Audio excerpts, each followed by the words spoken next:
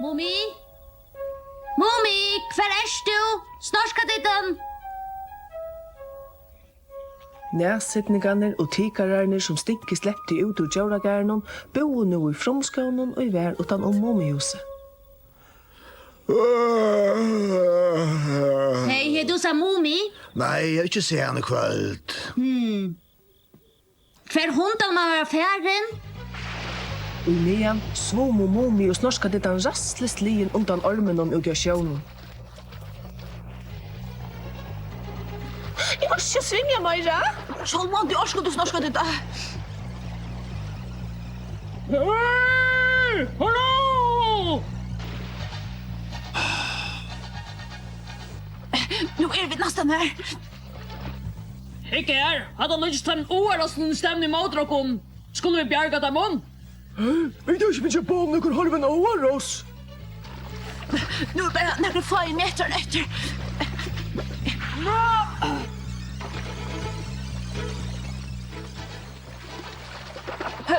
Vi klarer det. Kvidje dykkan opp! Takk for at du bjerga åkken. En større armer der i hølen og åkken. Jeg sa hva vet, til det var bjerg og efterløte. Ja, takk av tikkun. Men hva det? Vi er fra djóragærnum. Djóragærnum?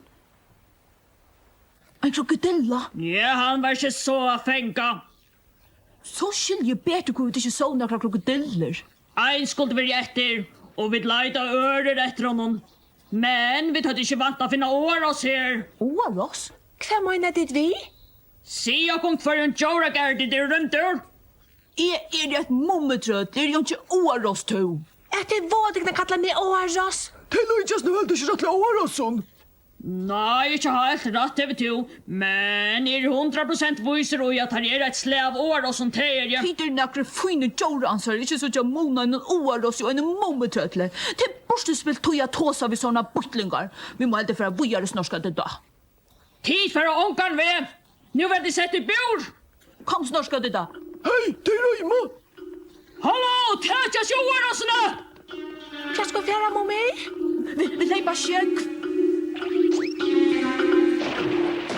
Så, bjørtinga banan er ut! Du skal lava mummetrødle bjordre.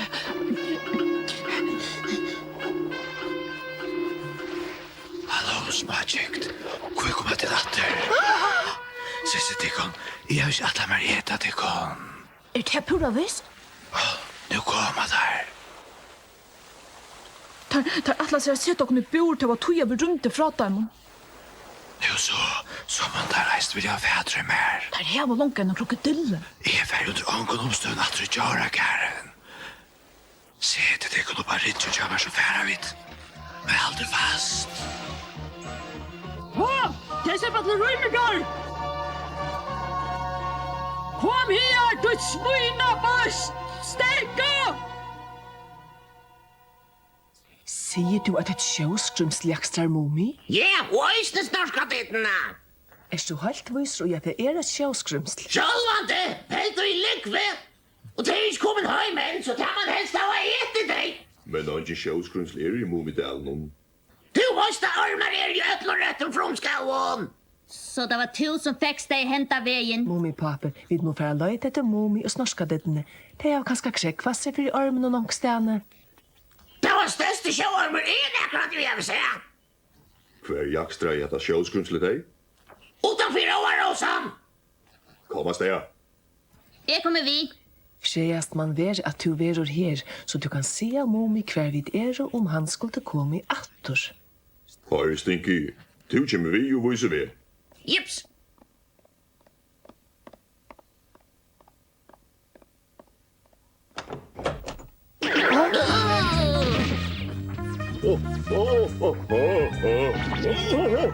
Nu vågner ikke tur etter Mumi og snorska dittene.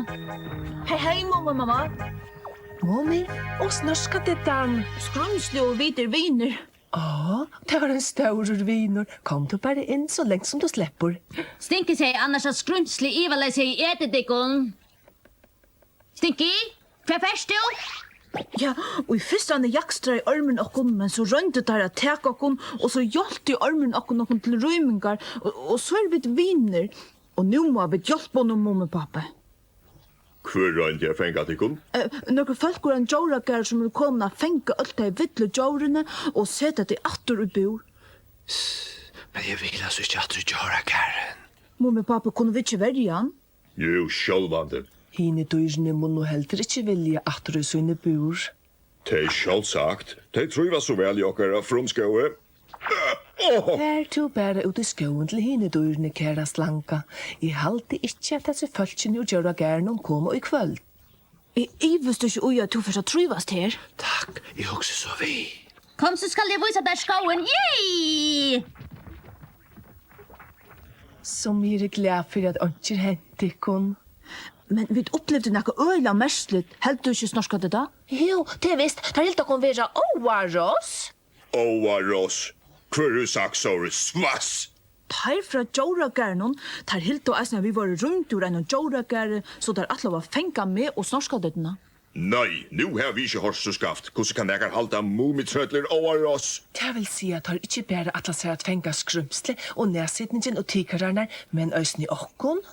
Ja, det halte jeg. Sorry, butlingar. Hugsa seg at halda mumitrøtler oaros. Taffer øy ui meg, og en øver mumipappi ikke så på oss vi. Jeg kunne vel hugsa meg at se at det smøkte med et ordentlig størst rådjord. Som til dømes hans tigarne litt her ivra. Det gonger ikke. Vi tar vel viner og gjør gæren nekvar. Nå, så kan du røyna Stinky stender her. Stinky? Nei, det blir til. Det var jo han og la bor i oppkjammer. Er sannlig vånsviken alt ikon. Tid større større og lenga kløver. Kvoi hunden kunne ikke jakstranda mumitrøtlige sintor. Vi tog ikke. Ta du sitter i bor så langt som vi, vil du lete så vi og vi. Og til kallar deg rådjør. Tid var deiter. Ja, men deilig der da. Ja, så i hetten. Det har ikke tog i alt ikon ut. Men det var sannelig pent gjørst. Det tog ikke for bedre litt her fromskålen og slanka seg igjen og bore. Heller ikke jeg gå. Hette bare Louise, og nå vil jeg vidt fing kvulloknene løte.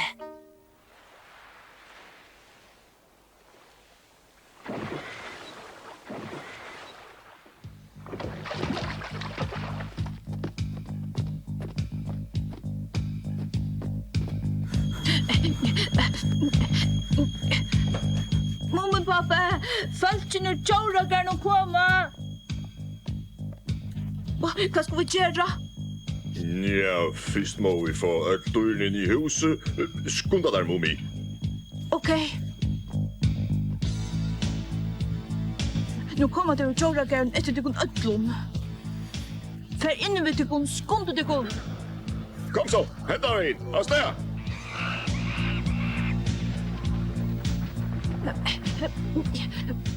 Sys nå! Det regner.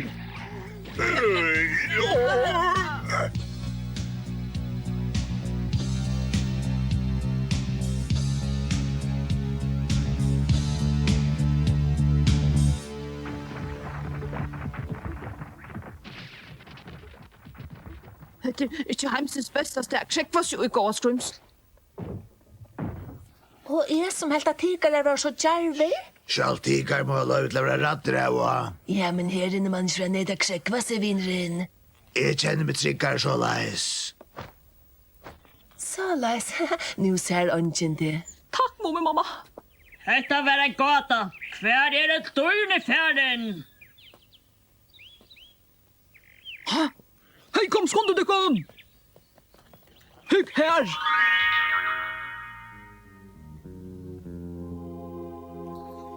Så det krekva seg ut i huset nå?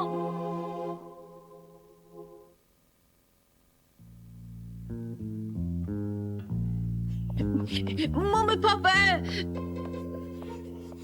Jeg sa det utanför, tar era ved i betilnokkara. Tid skulle ikke være bensjen. Vi er bare pinna still, så skulle vi nok være dekken. Mummi mamma, te. Jeg har vel sikna vår.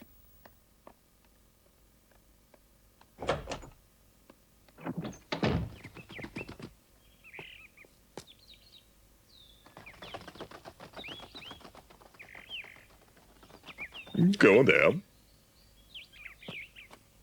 Go on there. Gå der.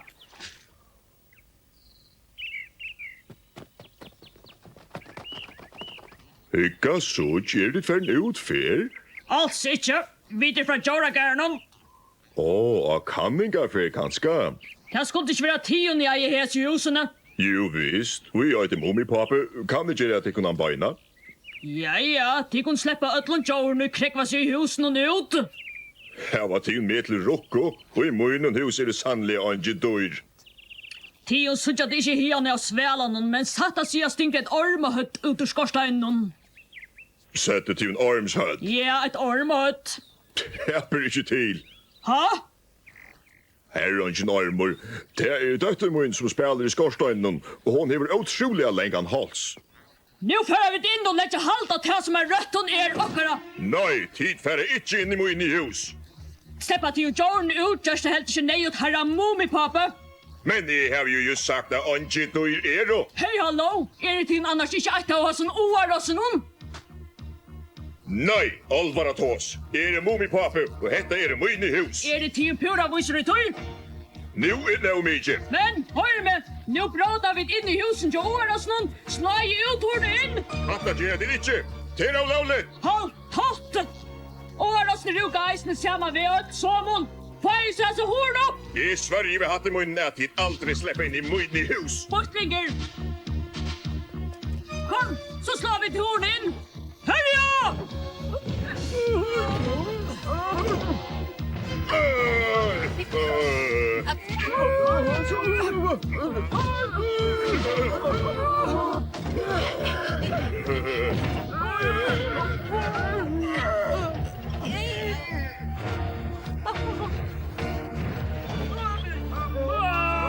Vad är hela vasa? Det er noen som politimesteren. Sier meg, vad här var så här lätt? Nøkker rumtjord har krekka sin i husen, og vi er komna få at de atter og i Djoragären. Men vad är det för skickar att göra helversmoder hornen som fältja? De suit og kunne slippe inn i husene, så vi tatt jongan annan møvelega. Er till en viser och jag nöker dyr är du här inne? Hitt jo på skorsteinen, så sutja de en sjølver at jeg har vært ratt. Her sutja de en armor. Ja, vær som hundans. Är så Johnja? Men det pura vis roi at jeg sa en armar oppe. Nei, hva ikke anta. Hör mig gå med. Nu tjävar sin beina vägen vi har varit Mumifamiljan till Ampa, annars färdigt alla i jäklar. Men er rila vittlun djor og nere inne. Har du til ikke hva politimeisteren sier? Så til natta. Vad? Hatta år også. År alltså? Ja, det var hatta vi knekt med djoren just i husen. Så hatta takka vi avgjørs vi og kunne eisene. Nu så tät gera till hon. Her har langt ena for røtta sett mumitrøtli og snorska det nu i boer. Till lovarbrott. Loa brott. Ja, till det här navnet spurst och flyting. Ja, men at det år oss. Nei, hatt er Mumipappa. Nu djevas i beina veien vi er så fjaka låten hon. Jeg har ikke hoa handtaga til hon, men jeg djev til hon bo om at her ur Mumidalen. Til det er 20 minutter, skilja dit 20 minutter. Nei, du skal bare pläka der i jäklet, det her der oppe i båret. Så kunne jeg selv røyna hvordan det er å si du kan i boren nå. Ja, nu får du sutja hva det atlas er å gjøre. Jeg byrja telja nu. 1, 2, 3, Kom her, menn. 5, 6, 7. Vi må finne på rap beina veien. Ha dina oppskott så kommer vi til vi tar luttla tøy. Nei, minutter.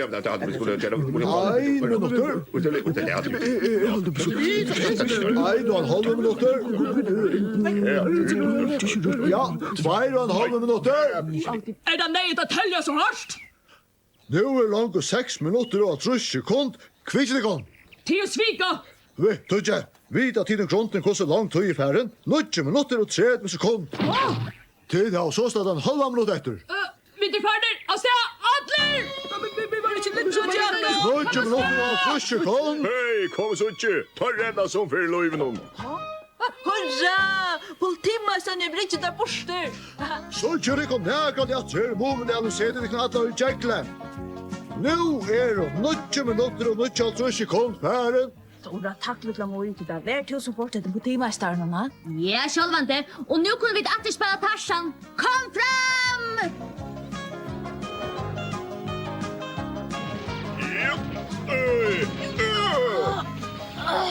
Og så var det djóren bjarga, og bæði tei og Mumifamiljan hona og seg framveis ut i døglige fromskålen. Men ein dagen ræk kaldur vinter inn over Mumidalen. Nu kommer hesti og ildvekse. Og pojka, helt du ikke fromskålen følger om kulten kommer, mamma? Jo, jeg hukse så vi, og lykka kjøtt som han vaks, man han øysene følna atter.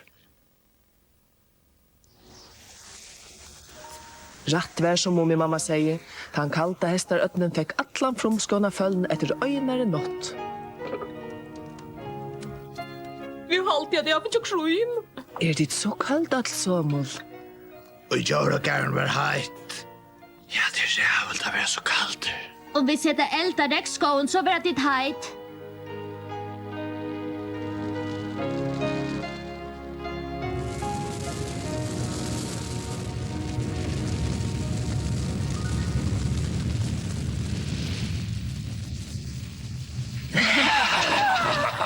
Vilka som är här? Ja, det visst.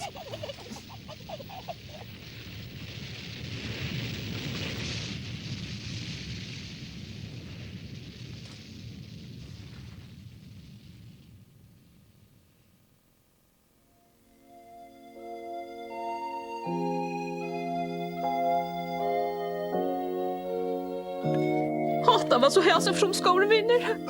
Det kallt. Det allt vet vi det heit i buren. Ja, men här är ditt frals. Fralsna får krym, ja. I halt seg vi tåla veri Mumidalen atlan vetrin. Og så avgjør du öll djóren i affæra atter i djóragaren. Jag vånar vi så just att nästa sommar. Det var hon i eisne. Vi tar trivet så väl her. Djurarna kom åter!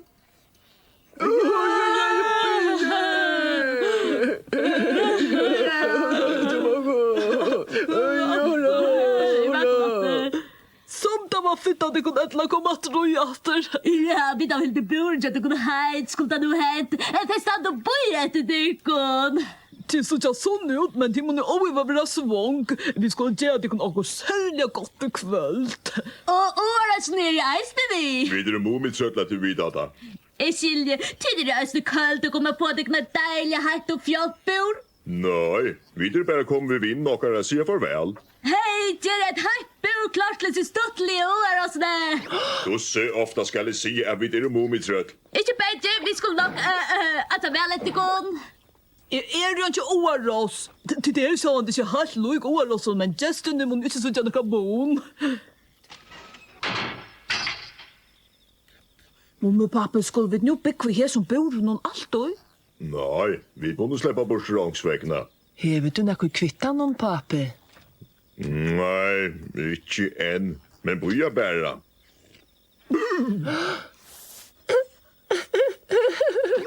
Du ska inte prata snorska detta. Det är för att le sig. Byta bära. Tog betur sett at jeg kun ötlu i sama bor. Också der om der du skilt og kun sunter. Det er sannelig ikke vært så godt. Alltså, Jora ansanner här ordla koko ut och halt att det kanske att oaros brukar huan hatt och handtaske, ha? Hikk, nu kjemur onkur. Hat det mumrikar! Å, himmelen. Og lukka moi. Mumrikar! Hei, Mummi. Jeg kan glede deg om vi at de slipper ut nå. Det så väl! Jeg stjåri i djuragaren, og vi rosera her med et lilla mistakje til kunne ha vært fire. Gjør så vel en liten bukett som ombering fra laslene. Lytla må jeg si meg fra Øtlund, og så fikk vi himmel vi og for til Vysendafellet. Her fikk vi tar stedfesta Vysendalia, at Mumitrød ikke i Åros, og så ber professoren skriva en av djuragarstjåren et brev. Jo, det kommer fyrir at alt ikke just som det søgnest og i fest omfære. Mumimamma, Ja, gåe? som det er godt å være fralser. Ja, utrolig godt.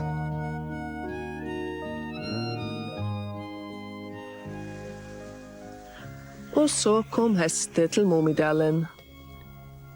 Ein nudj årstøy vi nudjon opplevingen.